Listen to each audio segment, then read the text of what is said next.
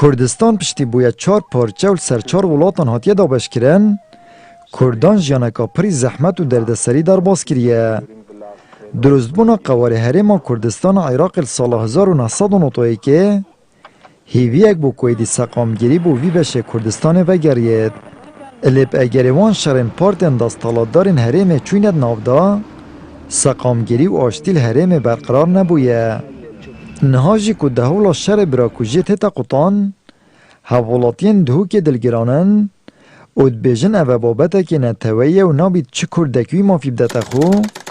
چکیل هم برای خورا کرد. نقاشی به بطری راستی من ندیدیم. اما چند ساله که شنی که آمد بیره امی برای خود نیب که آمد رینش نخوره هر در دنیا و گون سلطنه و تالان کنه و روی نه و اوی دی همه بیرام تجربه چیک بیم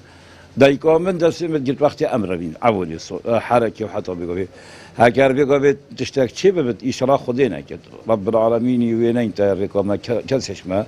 شر چه ببد چه نابخویی به چه ایکی دی بده شر ما چه ام چه شر ایکی والله خرابی ببد تری چه نابد از چه رنگا بسگیری الهندینا کم که شرط نوین هر دلادا بیتکرن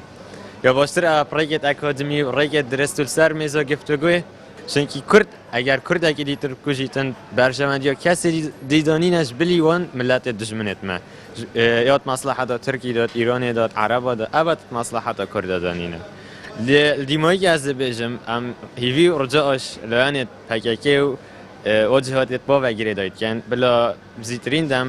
او جهت نت نف دست و دو موافق قانونی نهاتی نویره بلا بردن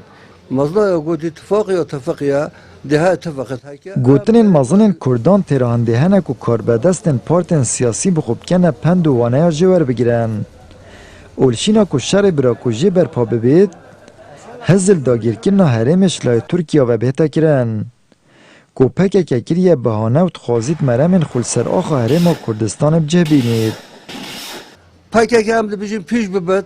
همه ده تک بلاخش موکد موتک هاتیا بو پکه کی موتکی بوشی دارد برد موتک هاتیا بو پکه کی حکت بیتاش به پکه کی آتیم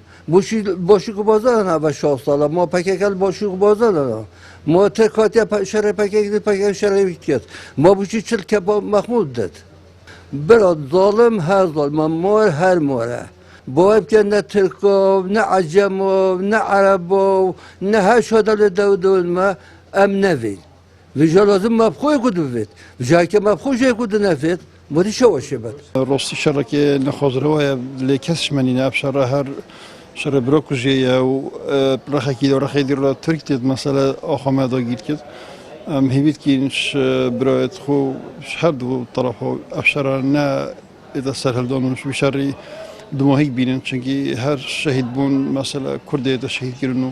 مستفیده اول و آخر هر دشمن المنع حوالاتین دهو کش ناکوکین نابرا پارتی و پککی دا دلگیرانن اود بیجن که چه دم برجواندین پارتا دستالادار کبند مطرسیه دا هوارد که تلاین اندین سیاسی واسان هاجی همو هزین سیاسین هرما کردستان پیگ و بجداری بریارا سیاسی ببن و شر و آلوزیان سرمزا دانستاندن گنگشه و چاره کن آمد بریفکانی کنال آسمانی پیام دهوک